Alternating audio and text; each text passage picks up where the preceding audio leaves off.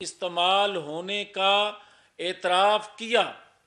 اس شخص نے پاکستان کے اندر بیٹھ کے چیف ایگزیکٹو ہوتے ہوئے اسمبلی میں کھڑا ہو کر اس نے کہا کہ ڈاکٹر عافیہ سمیت سینکڑوں لوگوں کو، پاکستانیوں کو ہمارے ادارے نے بھاری قیمت پر بیچا۔ اگر اس وقت لگام دے دی جاتی تو یہ نوبت نہ آتی۔ حکومت سے ہٹا تو اس نے کہا کہ پاکستان پر بم گر جائے، پاکستان کے 3 ٹکڑے ہو سکتے ہیں، پاکستان کا نیوکلیر محفوظ ہاتھوں میں نہیں ہے۔ یہ باتیں کون کرتا ہے؟ کبھی کوئی محب وطن سیاسی لیڈر، قومی رہنما اس طرح کی گفتگو کرنے کا تصور نہیں کر سکتا۔ ہاں، ہم نے باتیں کی ہیں، ہم نے تنقید کی ہے اصلاح کے لیے، ہم نے اداروں میں بیٹھے لوگوں کی پالیسیوں پر تنقید کی ہے اصلاح کے لیے۔ ہم نے کوئی مسلح جدوجہد نہیں کی۔ ہم نے پہاڑوں پر چڑھے لوگوں کو، ہم نے دیگر مسلح گروہوں کو پاکستان کے اندر غیر مسلح آئینی جدوجہد کے لیے ایک قومی دھارے میں شامل ہونے کے لیے ہم نے ضرور ان کو راغب کیا۔ مگر آج جو شخص پہاڑوں پر چڑھے لوگوں کو اکسا رہا ہے اور پاکستان کے اندر ایک مسلح لوگوں کو منظم کرنے کے لیے جو کوششیں کر رہا ہے، یہ محب وطن لوگوں کا کام نہیں ہے۔ اور آج جو اعتراف کیا جا رہا ہے اداروں کی جانب سے کہ ہم سے غلطیاں ہوئیں، بڑی اچھی بات ہے۔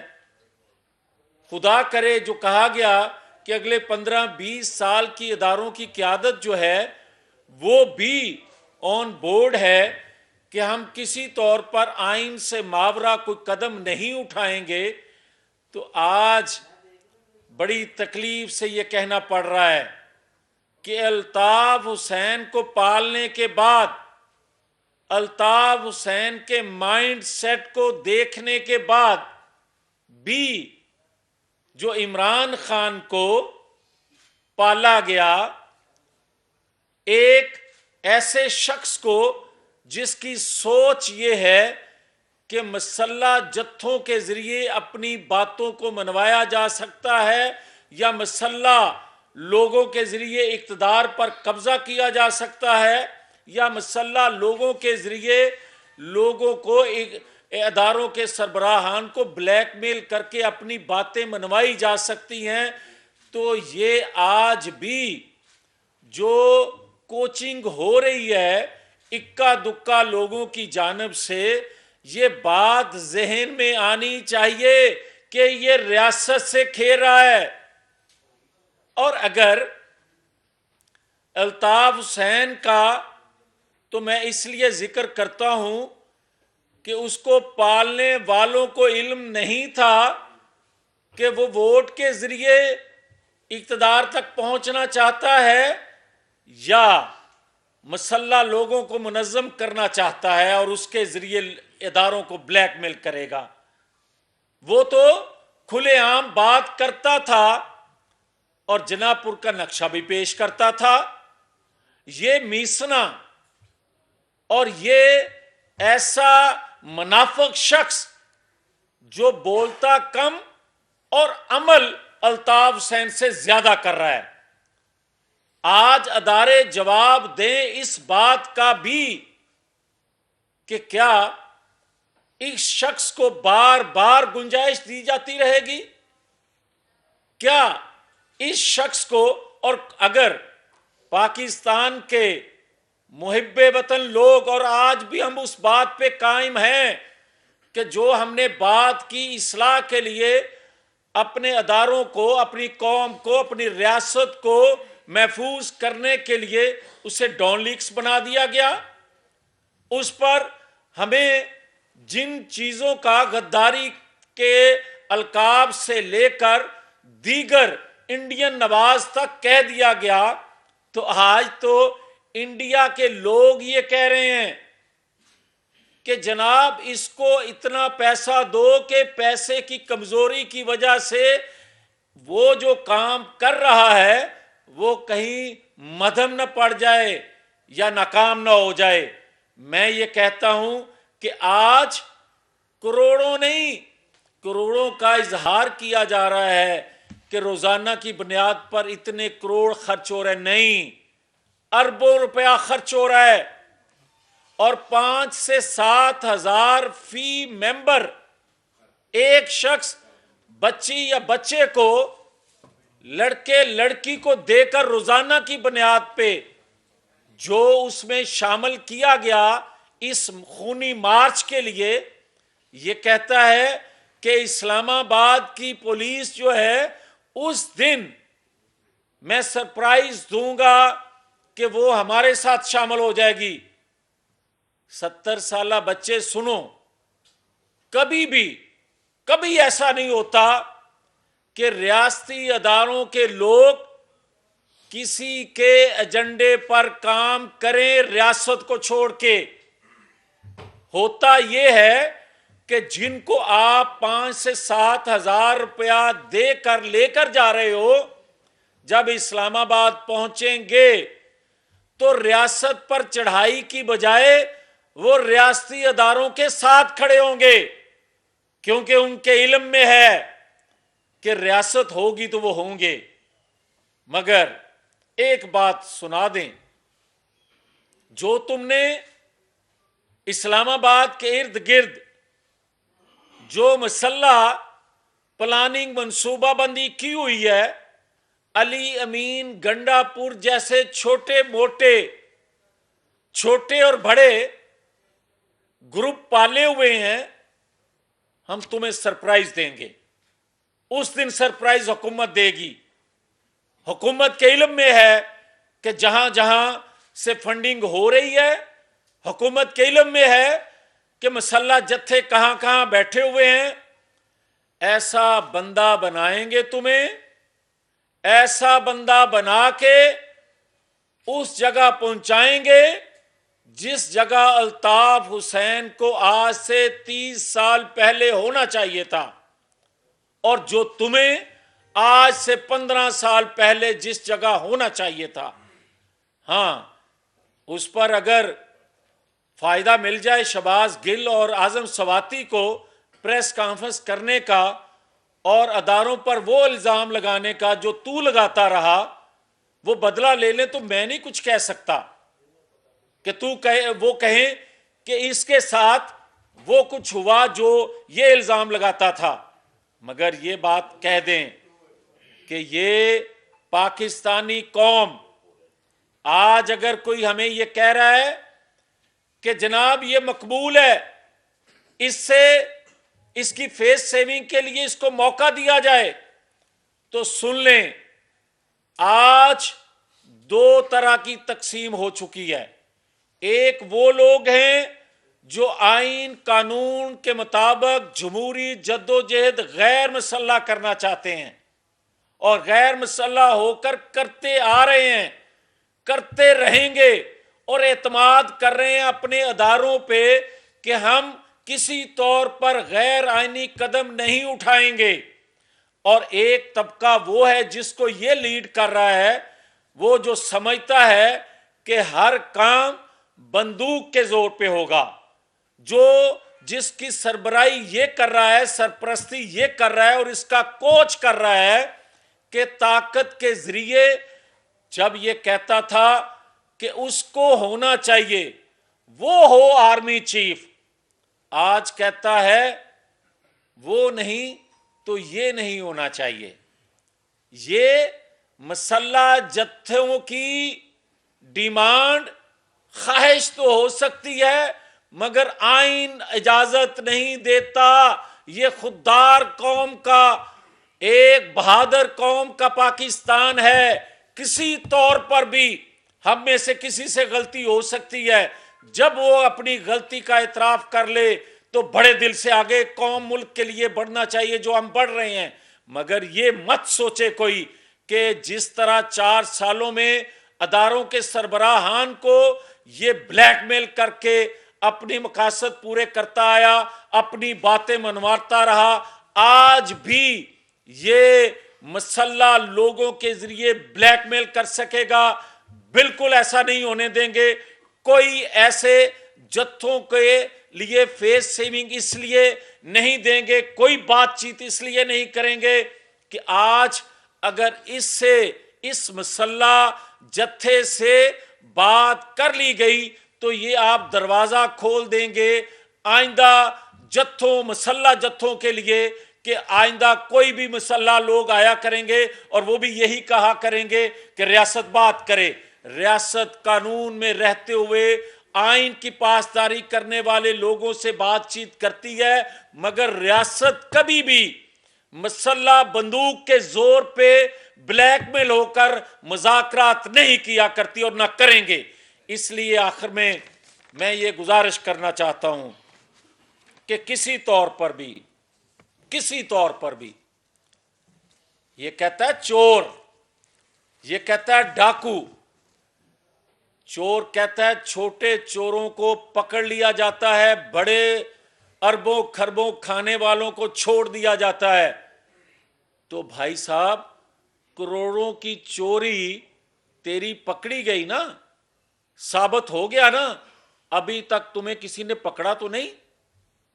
جو 50 ارب کی چوری تیری پکڑی جا چکی ہے اور ثبوت کے ساتھ بڑی چوری پہ تمہیں پکڑنے جا رہے ہیں, اور بندہ بنا کے اس جگہ رکھیں گے جو تم الزام اداروں پہ اعظم سواتی اور شہباز گل کے حوالے سے لگاتے رہے. ان کو بھی فیس سیونگ چاہیے وہی بات کرنے کی.